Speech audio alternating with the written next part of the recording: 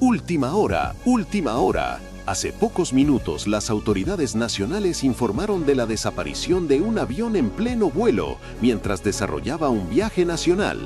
Hasta este instante, no se tienen detalles claros al respecto, pero se sabe que a bordo iban casi 60 personas, de las que se desconoce su actual paradero.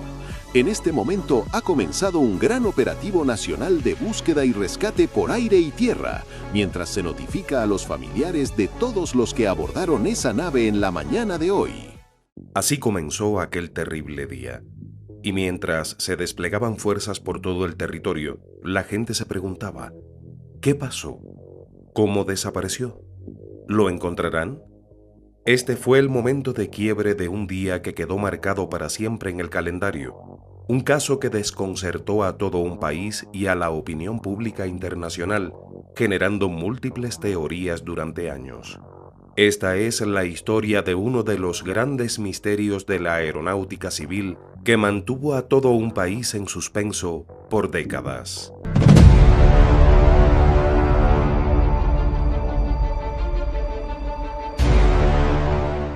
Este video llega a ti gracias a la Clínica de Cirugía Plástica Revival, a la vanguardia del conocimiento, la profesionalidad y la tecnología, y apoyando a la preservación y potenciación de la cultura y la ciencia en Ecuador. Si estás pensando en hacerte alguna cirugía plástica, Revival es la mejor opción. Cuenta con todas las intervenciones en cirugías menores, cirugías mayores, tratamientos faciales, tratamientos corporales y medicina estética. La experta cirujana plástica Dra. Yaneisi García garantiza resultados a la medida de tu sueño. Revival también te ofrece tratamientos con su moderna cámara hiperbárica de la mejor tecnología y seguridad profesional. Con Revival a tu alcance, todo es posible para ti. Calle Carlos Julio Arosemena y Juan de Dios Martínez Mera, en Quito, Ecuador. Agenda tu cita a través de los teléfonos 02226 5681 y 0999 90 1312. Gracias a la Clínica de Cirugía Plástica Revival. A la medida de tu sueño. ¿Pero qué ocurrió antes de la misteriosa desaparición de aquel avión? Regresemos a las primeras horas de esta historia. Antes del abordaje, aquella mañana el avión de pasajeros modelo Vickers Vicon 785D con matrícula HCARC, perteneciente a la aerolínea ecuatoriana Saeta, recibió todos los chequeos y controles acostumbrados en la época. Se cargó el combustible necesario para el vuelo desde la capital ecuatoriana hasta el aeropuerto de Cuenca, otra ciudad del mismo país, y la tripulación realizó todos los procedimientos del caso. El vuelo 232 fue aprobado para cumplir su ruta, por lo que se realizó el llamado para que los pasajeros abordaran, que aquella mañana eran 55. Incluyendo a los 4 miembros de la tripulación, viajarían 59 personas en un vuelo de menos de una hora por el cielo ecuatoriano, sin completar su capacidad máxima de viajeros. Todo estaba listo, y desde la torre de control, el capitán recibió la autorización de despegue, algo que ocurrió sin dificultades en un aeropuerto rodeado por barrios que crecían pujantemente en la época. Era la mañana del 15 de agosto de 1976, el inicio de un misterio que duró décadas. El vuelo 232 desarrollaba su ruta con normalidad, a pesar de la presencia de nubes y neblina en niveles altos, algo común en agosto en las alturas andinas, con la formación inesperada de bancos de nubes en los picos más elevados y la presencia de fuertes vientos, característicos de la etapa del año. Nadie, ni en tierra ni a bordo del avión, imaginaba lo que estaba a punto de ocurrir. Alrededor de las 8:27 de la mañana, el comandante del vuelo 232 de la aerolínea ecuatoriana Saeta reportó su posición sobrevolando la ciudad de Ambato. Todo normal. Pero breves minutos después, silencio, silencio y más silencio. Desde tierra se hicieron múltiples intentos por establecer contacto por radio con la tripulación del avión, pero nada. Se estableció comunicación inmediata con diferentes aeropuertos del país pero ninguno reportó señales del avión, que ya comenzaba a convertirse en una gran preocupación. Se hizo contacto con diferentes poblaciones en busca de información sobre un posible accidente, pero nada. Nadie había visto ni escuchado absolutamente nada. Comenzaron entonces los avisos a las autoridades correspondientes y las coordinaciones necesarias para comenzar una operación urgente de búsqueda y rescate. El vuelo 232 de la aerolínea ecuatoriana Saeta estaba desaparecido con 59 personas a bordo. Dio inicio un enorme operativo nacional de búsqueda y rescate en el que participaron aviones de la Fuerza Aérea Ecuatoriana, patrullas terrestres y equipos de rescate. Se rastrearon zonas entre Quito, Ambato y toda la ruta hacia Cuenca, centímetro a centímetro, y comenzaron a pasar las horas y los días, hasta que aproximadamente 10 días después, entre el 25 y el 27 de agosto, las autoridades ecuatorianas hicieron el anuncio. Luego de intensos intentos por encontrar el vuelo 232, no se habían encontrado restos y no había señales de supervivientes, por lo que desde ese instante se suspendía la búsqueda activa por falta de resultados, y el caso quedó oficialmente registrado como avión desaparecido, algo habitual en esa época cuando no había rastros físicos. Todos se quedaron desconcertados. ¿Dónde podría estar ese avión? ¿A dónde fue? Los familiares de los desaparecidos asumieron un luto inconcluso, una pena intensa, el dolor de lo desconocido, la angustia de no poder al menos dar un cierre formal a su tristeza. Simplemente, sus seres queridos estaban desaparecidos. Ante lo extraño del caso, se tejieron innumerables teorías. Todos proponían diferentes posibilidades. Hubo quienes incluso plantearon la hipótesis de que el vuelo 232 hubiese atravesado un umbral y realizado un viaje en el espacio-tiempo. Otros, que el avión había sido abducido por extraterrestres.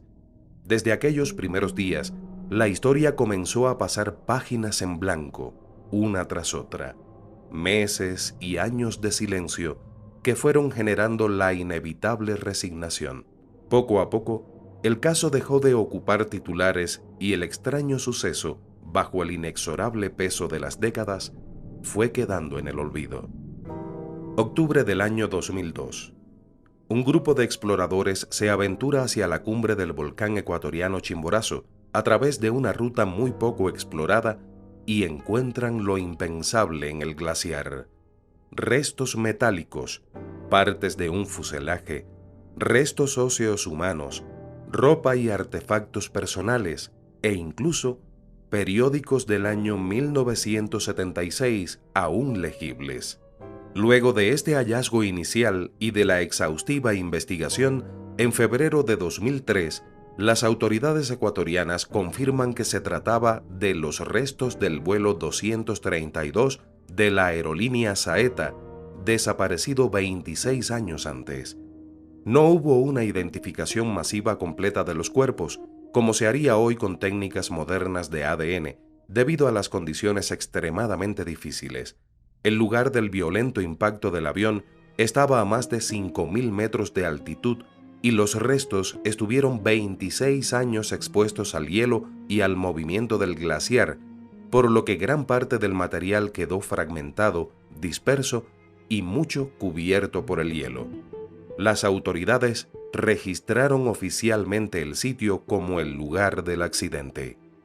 Para muchas familias fue la primera confirmación real de lo ocurrido después de 26 años de incertidumbre. Fue el tan anhelado cierre de una larga y dolorosa historia. Pero queda una pregunta. ¿Por qué ocurrió este accidente? El avión impactó contra el volcán Chimborazo mientras volaba en ruta entre Quito y Cuenca.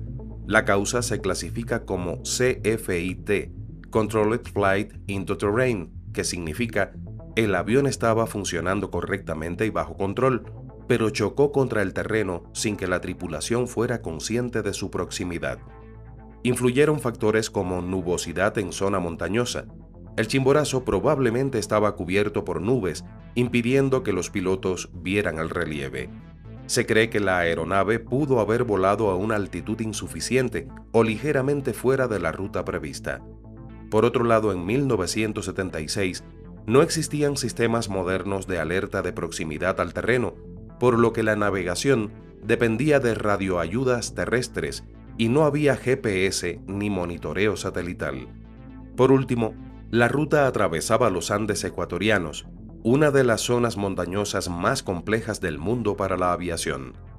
Así se cerraba este capítulo de Misterios Aeronáuticos en Ecuador, una historia de especulaciones, suspenso y mucho dolor. La historia del vuelo 232, desaparecido en 1976 y reencontrado en el 2002. ¿Conocías esta historia? ¿Qué otros datos puedes agregar? ¿Qué otros vuelos desaparecidos conoces que te gustaría que investiguemos? El Chimborazo. En las laderas de este coloso volcánico de Ecuador hay un cementerio. No un cementerio formal como otros existentes en las ciudades. Es un cementerio que surgió espontáneamente, bajo las órdenes imperiosas de la angustia de dolientes por la pérdida de seres queridos. No existen documentos oficiales donde aparezca este lugar. Está ahí, conservando eternamente los restos o recuerdos de muchos que perdieron la vida intentando vencer la majestuosidad de esta imponente montaña. ¿Y cuántos dejaron su vida aquí, luchando por ganarle la batalla al Chimborazo? ¿Dónde están los que desaparecieron? ¿En qué lugar los reserva para sí este misterioso volcán? Pero no todos los que se perdieron fueron andinistas. Agosto de 1976. Desaparece un avión que volaba de Quito a Cuenca. Nadie vio nada, nadie lo encontró. El misterio se revela 26 años después, cuando se descubre el fuselaje y pertenencias de los pasajeros en los fríos hielos del Chimborazo. 59 personas que llegaron por accidente a lo alto del volcán, sin posibilidad de regresar. Noviembre de 1993. Un día de montañismo se convierte en una estación de duelo. Una avalancha entierra a 10 escaladores franceses, ecuatorianos y suizos y deja en la montaña un rastro de ausencias que todavía pesan en la memoria de quienes suben por las rutas oscuras. Octubre de 2021. Otra avalancha volvió a recordarnos que la cima no perdona los descuidos ni los excesos de confianza. Esa vez, en cuestión de minutos, la montaña transformó un grupo de andinistas en cifras de prensa: 3 confirmados fallecidos, varios heridos y algunos desaparecidos. Y volvió a emerger la pregunta que nadie quiere responder con tranquilidad: ¿cuánto puede llevarse una montaña en silencio? El Chimborazo es una montaña que decidió ser memoria. Los sorprendentes y escalofriantes datos no terminan. Pero antes de continuar, nos ayudas mucho regalándonos un like, suscribiéndote al canal y activando la campanita de notificaciones. Nada te cuesta, y para nosotros es muy importante para continuar investigando y produciendo contenido de valor como este video que has comenzado a ver. Entre los datos duros y las fechas, entre los reportes y las fotografías, crece una presencia más antigua, la de los hombres y las mujeres que atravesaron el Chimborazo en busca de ciencia, de conquista o de oficio. En 1802, Alexander von Humboldt llegó hasta donde pudo. Su ascenso no fue la cumbre, pero fue un punto de inflexión en la historia del hombre frente a la altura, un registro de ambición y de límites. Humboldt escribió y midió, pero la montaña respondió con vértigo y respeto. 80 años después, en enero de 1880, Edward Whymper y sus guías abrieron una ruta que muchos recordarían. Desde entonces, el Chimborazo ha sido un imán para viajeros y osados, para científicos y para quienes simplemente querían tocar algo que parecía inabordable. Esa historia de intentos y victorias convirtió las laderas en escenario de epopeyas personales, también, inevitablemente, en escenario de tragedias. Pero volvamos a las lápidas. ¿Qué son esas placas que aparecen aquí y allá en la falda occidental? No son un cementerio municipal con filas exactas ni una necrópolis que puedas trazar en un mapa de catastro. Son más bien un mosaico de homenajes, algunas placas profesionales, otras improvisadas, cruces de madera, fotografías laminadas, inscripciones hechas por manos temblorosas. Muchos fotógrafos que han mirado al Chimborazo con ojos de noticia las han registrado. Las lápidas existen y hablan. Este mosaico admite muchas lecturas. Se puede ver como un mapa de fatalidades, accidentes, avalanchas, la fosa helada del fuselaje, o como un altar humano que la gente levanta para decir, aquí estuviste. Se puede pensar en nombres concretos, como las 59 víctimas del avión, los 10 de la avalancha de los 90, las víctimas recientes. Y también se puede hablar de los que nunca tuvieron gestoría para una lápida, cuerpos arrastrados por hielo que la montaña devolvió en fragmentos, o desaparecidos cuyo paradero fue borrado por la nieve. Hay en la forma de recordar una política de lo incierto que alimenta el mito. Las leyendas hacen el resto. En los pueblos que rodean el volcán, cuentan que el Chimborazo no es solo roca, es un taita, un cuerpo que respira y se enoja. Hay relatos de pasos subterráneos, de cavernas que devoran a los curiosos y de noches en las que la propia montaña emite gemidos que confunden a las ovejas y a los perros. Hay también versiones que hablan de una ciudad escondida, de tesoros enterrados bajo las nieves. Esas historias llegan de boca en boca y en cada boca cambian. Algunos las usan de advertencia al decirte, no subas solo. Otros las recitan como ritos para que la montaña olvide sus deudas humanas. En noches sin luna, cuentan que la nieve refleja figuras que parecen moverse hacia la cima. Un pastor asegura que vio sombras que subían en fila hasta desaparecer en la niebla. Otro dice que oyó en la distancia una canción en quechua que nadie quiso cantar. Un andinista ha contado que vio huellas de una persona en la nieve, que las siguió, pero llegaban hasta el borde de un enorme barranco sin fondo. Hay también quienes plantean la hipótesis de la existencia de una civilización intraterrestre bajo el Chimborazo, una gran ciudad de luz bajo tierra, como cuenta una observadora de la misma en uno de los videos de nuestro canal. Estas voces no están en los periódicos, están en las noches de anécdotas junto a la fogata, en la plaza, en los testimonios de quienes han vivido experiencias que para muchos son pruebas de otras verdades, mientras para otros son mitos. Es cierto que no son datos verificables, pero son el motor del misterio.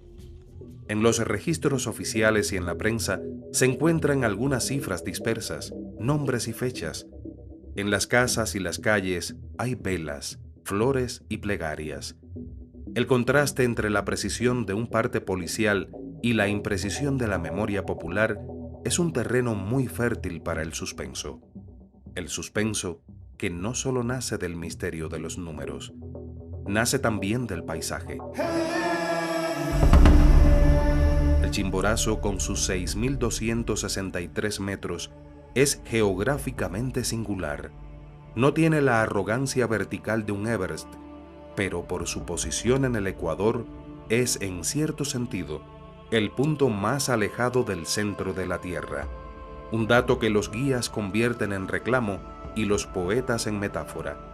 Esa rareza científica le dio desde siempre un halo de privilegio y de extrañeza.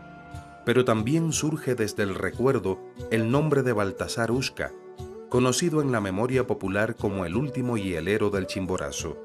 Su vida y su oficio son una línea humana que conecta el presente con un pasado de trabajo y necesidad, con el respeto que los locales siempre han tenido por el nevado. En su historia hay ternura y solemnidad y humaniza el paisaje, mostrando que no todo lo que la montaña reclama son extranjeros o escaladores. Hay también quien vivió de ella y con ella. pero allí está el cementerio improvisado. Las lápidas mismas tienen historias. Algunas recuerdan al alpinista extranjero que no llegó, otras a trabajadores locales. Algunas son pulidas y ordenadas, otras placas rústicas clavadas en la piedra. Esta evidencia visual es potente porque es el contraste definitivo entre el frío y la certeza de una piedra que dice un nombre. Piedras que nos recuerdan que el Chimborazo es una montaña que a veces permite acercarse, pero no siempre tocar, que a veces te deja subir, aunque no hasta la cima, que no se deja atrapar. Y vuelve a inquietar la pregunta: ¿cuántas personas han muerto en el Chimborazo a lo largo de la historia? Hay cifras concretas de acontecimientos que han retumbado en la opinión pública, pero más allá de ellos, existe un rastro invisible, muertos sin registro, víctimas no identificadas devueltas por el hielo, nombres que la montaña se niega a devolver completos. La respuesta es una suma de memorias. Cada placa de este cementerio en el Chimborazo es el epitafio de una decisión humana, y eso convierte la falda en un memorial fragmentado. Un padre que no volvió, una expedición que nunca salió de la noche, un grupo que subió confiado y no bajó completo. Es un cementerio para no olvidar, pero la montaña tampoco olvida.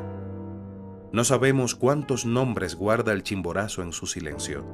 Sabemos en cambio que cada nombre fue una vida que alguna vez miró hacia el mismo cielo que hoy nos vigila.